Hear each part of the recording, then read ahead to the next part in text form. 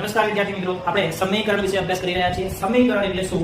તો જ્યારે છેદની અંદર અસમય સંખ્યા આવે તેનો અસમય સંખ્યા સાથે ગુણાકાર કરી અને સમય સંખ્યા મેળવવાની પદ્ધતિ છે એને સમીકરણ કહેવાય. તો સમીકરણ કરવા માટે પહેલા તો જે રકમ છે એ રકમ લખીશું, ત્યારબાદ સમીકરણ અવયવ વડે આપણે એને અંશ અને છેદમાં ગુણીશું. એટલે રકમ તો એ જ રહેશે, પણ ચિહ્ન માઈનસની જગ્યાએ આવી જશે પ્લસ.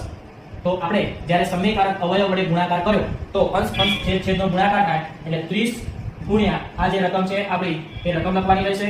અને છેદની અંદર 5 વર્ગમૂળમાં 3 માઈનસ 3 વર્ગમૂળમાં 5, બીજા કૌંસમાં 5 વર્ગમૂળમાં 3 પ્લસ 3 વર્ગમૂળમાં 5.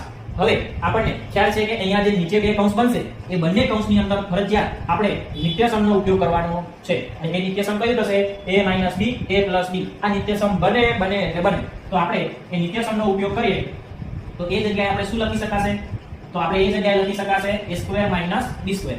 તો પહેલું પદ 5 વર્ગમૂળમાં 3 અને b એટલે બીજું પદ 3 વર્ગમૂળમાં 5. હવે આપણે એનું સાદું રૂપ આપીએ તો 30 ના 30 કૌંસમાં 5 વર્ગમૂળમાં 3 પ્લસ 3 વર્ગમૂળમાં 5 છેદમાં જ્યારે કૌંસનો વર્ગ હોય, કૌંસની અંદર બે પદો આપેલા હોય તો આપણે એનો વર્ગ કરવાનો રહેશે. 5 નો વર્ગ 25 ગુણ્યા વર્ગમૂળમાં 3 નો વર્ગ, વર્ગમૂળનો વર્ગ કરો, વર્ગમૂળ દૂર થાય 3 વધશે, માઈનસ 3 નો વર્ગ 9 ગુણ્યા વર્ગમૂળમાં 5 નો વર્ગ 5. સાદું રૂપ આપો 30 ગુણ્યા 5 વર્ગમૂળમાં 3 વત્તા 3 વર્ગમૂળમાં 5 ભાગ્યા 25 તેરી 75 માઈનસ 9 પંચા.